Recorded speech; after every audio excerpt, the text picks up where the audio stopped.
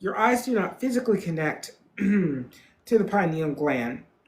There's no nerve or duct running straight from the eye to it.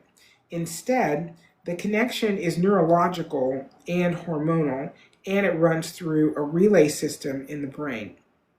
So, the pathway here's a simple way to think about it. One, light enters into the eye, and a specialized retinal cells called intrinsically photosensitive retinal ganglion cells detect light, especially blue light. Two, signal travels via the optic nerve. This signal does not go to vision centers first, it goes to a timekeeping center. Suprachiasmatic nucleus, so it's called the SCN. Your body's master clock interprets light versus darkness. SCN signals the pineal gland. Based on that signal, the pineal gland adjusts melatonin production. This is interesting. So, and what the pineal gland does is it produces melatonin, it regulates sleep, the sleep wake cycle, it regulates the circadian rhythm, regulates seasonal hormone patterns, regulates antioxidant activity in the brain. It is often called the biological clock regulator.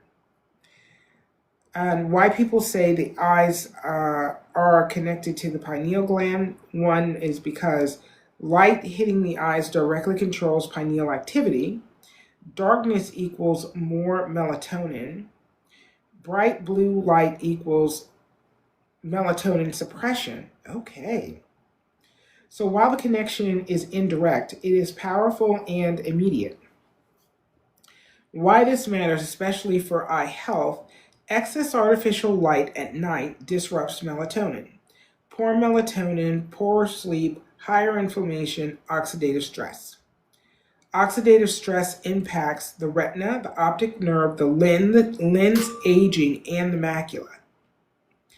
This is why eye strain, light exposure, circadian disruptions, and neurological health are so tightly linked.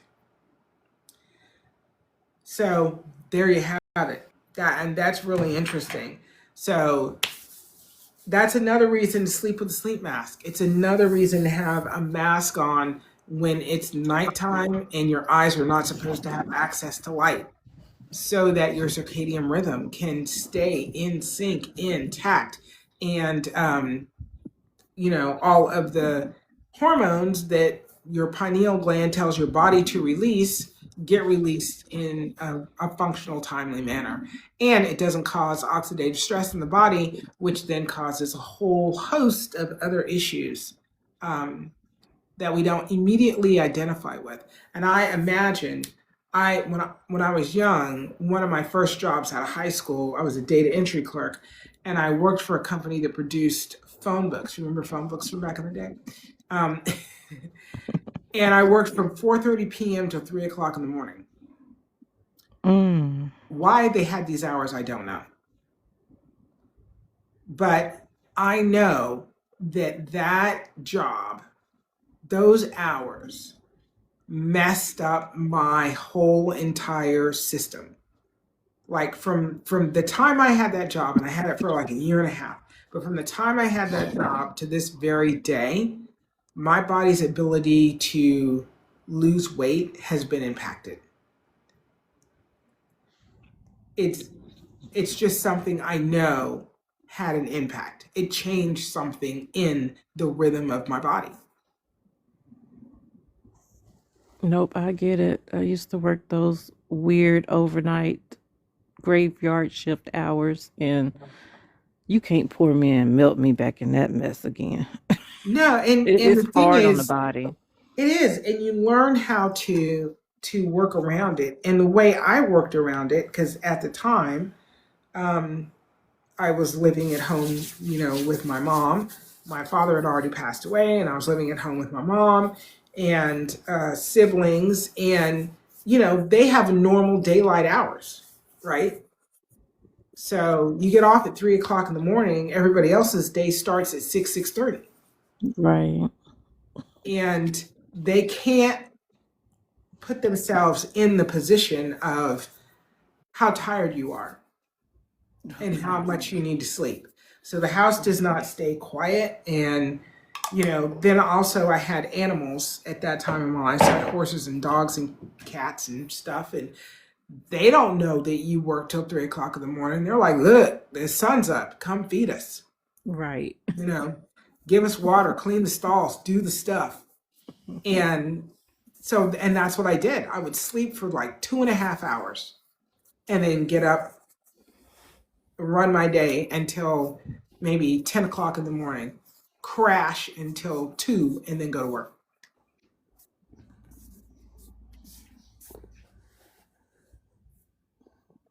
Okay. Hold on.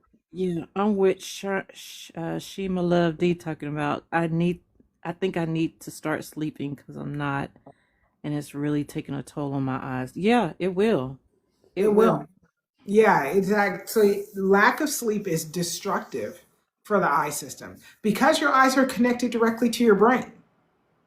Hmm. So, and honestly, if for anybody that has insomnia, I would say absolutely get a sleep mask because your hormonal disruption when you can't sleep is significant. But if your eyes can't get light, then your melatonin is still going to be producing. The whole system, the way it's supposed to operate, is going to operate because you're in the dark. There's nothing else for your body to do but go into that repair state. And you need to be asleep. And everything that normally causes you to sleep is going to be active. Yeah. I actually purchased the eye mask. I think was it last night? No, not last night. The night before. I don't know. One of them days. I ain't got a lot of sleep this weekend either. So one of these days in the past 2 or 3 days, I end up ordering the mask. Um, I attempted. Remember, I told you I got the Blink Joy, right? Yes. My head too big, so Your head is too big. yeah. Well, trying to go around my hair and everything, it It needs an just doesn't extender fit or well for something, you. right? And yeah, so I know that's not gonna work for me. It's Well, still sitting in the box. it was a let's try it and see what happens with Tinsy Bell because Right. she has a significant issue with moisture, keeping moisture in her eyes overnight. And I thought if this works, this could be a game changer for her. And it didn't really work for her either. It kind of worked, but it wouldn't stay on her head and it was uncomfortable. I bought her both versions, Right. and neither one of them were really the game changing thing that I was hoping for. The sleep mask will probably work better because that's the only way I like to sleep. My room has to be completely dark.